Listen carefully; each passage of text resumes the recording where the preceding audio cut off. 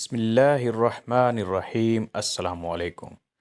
محترم ناظرین کرام، شب برات کی رات عبادات کا درست طریقہ کیا ہے؟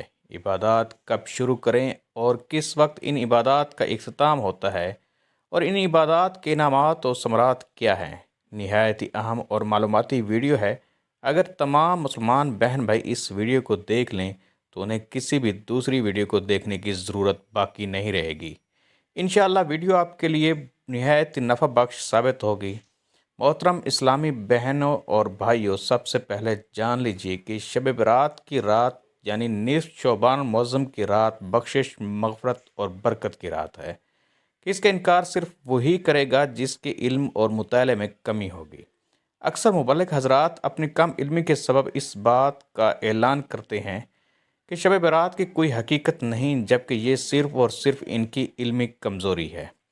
سنن نسائی میں حدیث مبارکہ موجود ہے کہ نبی کریم صلی اللہ علیہ وآلہ وسلم نے فرمایا کہ اس مہینے یعنی شعبان میں اعمال اللہ کے حضور اٹھائے جاتے ہیں، اور میں اس مہینے میں مسلسل روزے اس لیے رکھتا ہوں، اور میں اس بات سے محبت کرتا ہوں کہ جب میرے اعمال اللہ کے حضور پیش ہوں تو میں روزے کی حالت میں ہوں۔ سبحان اللہ۔ اسی ضمن میں دوسری حدیث مبارکہ جس سے مسند ابو یعلا میں امام ابو یعلا نے روایت کیا ہے، اور اس کی سند متعون نہیں، یعنی اس کی سند پر کسی قسم کا کوئی تانا نہیں ہے، اور اس حدیث میں ام المومنین یعنی مومنین کی ماں حضرت عائشہ صدیقہ بیان کرتی ہیں کہ آقا علیہ السلام پورے ماہ شعبان روزے رکھتے۔ جب آپ سے پوچھا گیا کہ آپ کو روزے رکھنے کے اعتبار سے رمضان کے بعد ماہ شعبان اتنا کیوں پسند ہے، تو آپ صلی اللہ علیہ وآلہ وسلم نے ارشاد فرمایا کہ اس مہینے میں اللہ تبارک تعالیٰ اگلے سال مرنے والوں کی فہرست جاری فرما دیتا ہے، اور میں یہ چاہتا ہوں کہ میری اجل کا وقت جب لکھا جائے تو اس وقت میں روزے کی حالت میں ہوں۔ سبحان اللہ۔ محترم بہنوں اور بھائیوں، نبی کریم صلی اللہ علیہ وآلہ وسلم نے اس ماہ کی ایک اور فضیلت بھی بیان فرمائی ہے، اور اسے امام ترمذی نے حضرت انس رضی اللہ تعالیٰ عنہ سے روایت کیا ہے کہ رمضان کے بعد سب سے افضل روزے شعبان کے ہیں، اس لیے کہ شعبان تعظیم رمضان کی وجہ سے ہے۔ ان تمام احادیث میں ہم نے شعبان معظم کے بابرکت مہینے کی فضیلت صحیح مسلمہ صحیح بخاری سے ملاحظہ کی۔ آئیے اب شعبان یعنی شب برات کی فضیلت میں احادیث جانتے ہیں، اور اب وہ لوگ توجہ کریں جو یہ کہتے ہیں کہ 15 شعبان یعنی شب برات کی کوئی حقیقت نہیں اور اس رات کی کوئی فضیلت نہیں۔ صحیح سیاہ ستہ کی معتبر کتاب جامع سنن ترمذی میں امام ترمذی نے شب برات کے عنوان سے پورا باب قائم کیا ہے، اور یہ باب نمبر 39 ہے۔ حضرت عروہ نے روایت کیا ہے کہ حضرت عائشہ رضی اللہ تعالیٰ عنہا نے فرمایا ہے کہ اس 15 شعبان کی رات کو ہی میں نے اچانک رات کو دیکھا کہ نبی کریم صلی اللہ علیہ وآلہ وسلم اپنے بستر پر آرام فرما نہیں تھے۔ میں فوراً آپ کی تلاش میں گھر سے نکل پڑی، اور میں نے آپ کو جنت البقیع یعنی بقیع کے قبرستان میں موجود پایا۔ نبی کریم صلی اللہ علیہ وآلہ وسلم نے مجھے دیکھا تو مسکرا کر فرمایا، اے عائشہ، تم دوڑتے دوڑتے مجھے تلاش کرنے آئی ہو، کیا تمہارا یہ خیال تھا کہ اللہ اور اللہ کا رسول تمہارے حق تلفی کریں گے؟ میں نے جواب دیا کہ یا رسول اللہ صلی اللہ علیہ وآلہ وسلم، جب میں نے آپ کو بستر سے غائب پایا تو مجھے یہ خیال گزرا کہ آپ کسی دوسری زوجہ کے حجرے میں تشریف لے گئے ہوں گے، حالانکہ آج میری باری ہے۔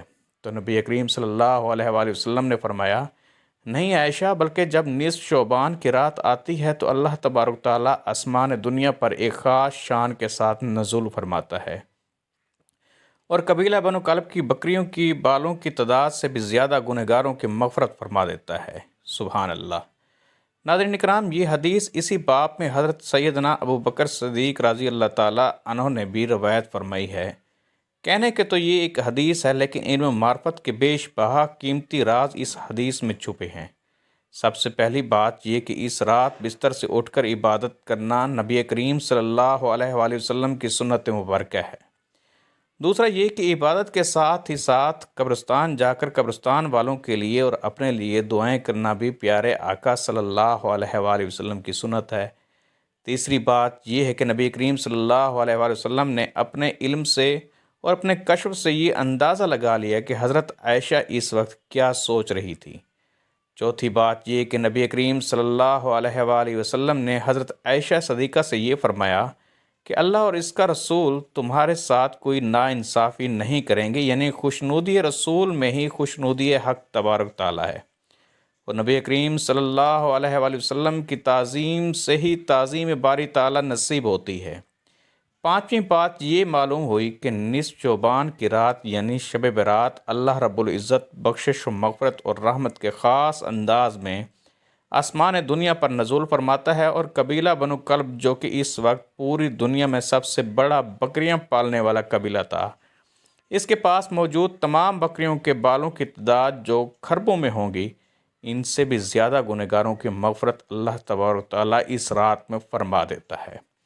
اور فرمایا گیا کہ شب برات کی رات اللہ تبارک تعالیٰ نماز مغرب کے فوراً بعد ہی آسمان دنیا پر نزول فرما لیتا ہے اور اعلان فرماتا ہے کہ ہے کوئی مجھ سے مغفرت اور بخشش طلب کرنے والا کہ میں اس کی بخشش کر دوں، اور ہے کوئی مجھ سے رحمت طلب کرنے والا کہ میں اس پر اپنی رحمتیں نازل کر دوں، اور فرماتا ہے کہ ہے کوئی مجھ سے مانگنے والا کہ میں اسے عطا کر دوں۔ اللہ اکبر کبیرہ۔ چھٹی بات یہ معلوم ہوئی کہ یہ رات شب برات اس قدر فضیلت اور برکت والی رات ہے کہ امام ترمذی نے اس کی فضیلت میں پورا باب باندھا ہے۔ پیارے اور محترم اسلامی بہنوں اور بھائیوں، معلوم ہوا کہ شعبان کے روزے رمضان کے روزوں کے بعد سب سے افضل ہیں، اور نصف شعبان کی رات کی فضیلت بخشش و مغفرت اور قبولیت دعاؤں حاجات کے لیے مسلمہ ہے، اس سے کسی صورت انکار ممکن نہیں۔ آئیے اب جانتے ہیں کہ شب برات کی پوری رات کس طریقے سے بسر کی جائے۔ تو ناظرین، محترم اساتذہ کرام، علماء اور فقہاء کرام فرماتے ہیں کہ 14 شعبان والے دن نماز مغرب کے فوراً بعد سے شب برات کی عبادات کا سلسلہ شروع کر دینا چاہیے۔ نماز مغرب کے بعد 6 رکعت نفل نماز اس طریقے سے ادا کرنی چاہیے کہ 2 رکعت نماز 3 بار کر کے پڑھنی چاہیے۔ پہلی 2 رکعت عمر درازی اور صحت میں برکت کے لیے، دوسری 2 رکعت بلاؤں اور مصیبتوں سے نجات کے لیے، اور تیسری 2 رکعت نفل نماز کشادگی رزق کے لیے ہونی چاہیے۔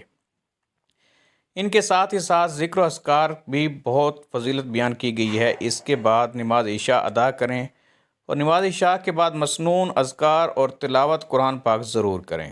جتنا زیادہ ہو سکے اس بابرکت رات میں درود و سلام کے نذرانے آقا نبی کریم صلی اللہ علیہ وآلہ وسلم پر نچھاور کریں۔ ویسے تو یہ تمام رات جاگنے اور عبادت کرنے کی رات ہے، لیکن اگر کچھ دیر آرام کرنا چاہیں تو بھی کوئی مذائقہ نہیں۔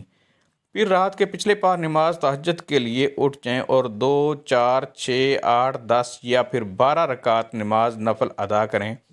8 اور 12 رکعت نوافل کے بعد یہ تلقین فرمائی گئی ہے کہ اس کے بعد آپ قبرستان جا کر فوت شدگان کی بخشش و مغفرت کے لیے دعائیں کریں، اور اپنی بخشش و مغفرت کے لیے بھی خصوصی دعائیں کریں۔ قبرستان سے گھر واپس آ کر سحری کریں، اور 15 شعبان کا مسنون روزہ رکھیں۔ روزہ رکھنے کے بعد نماز فجر ادا کریں، اور قرآن پاک کی کوئی سورہ مبارکہ تلاوت کرنے کے بعد آپ چاہیں تو سو بھی سکتے ہیں، اور اگر اپنے روزمرہ مصروفیت میں مصروف ہونا چاہتے ہیں تو دوپہر کے بعد بھی سو سکتے ہیں۔ یاد رکھیں کہ ایسی بابرکت ساعتیں قسمت والوں کو ہی نصیب ہوتی ہیں، لہٰذا ان کا بھرپور فائدہ اٹھانا چاہیے۔ اللہ تبارک تعالیٰ سے دعا ہے کہ نیکی کی بات کو سننے، سمجھنے اور اس پر عمل کرنے کی طاقت و توفیق مرحمت فرمائے۔ میرا سنانا اور آپ کا سننا قبول و منظور فرمائے، آمین یا رب العالمین۔ محترم ناظرین، درخواست ہے کہ اس معلوماتی ویڈیو کو لائک اور شیئر کر دیجئے، اور میرے اسلامی و اصلاحی چینل کو سبسکرائب کر لیجئے۔ اللہ ہم سب کا حامی و ناصر ہو، آمین۔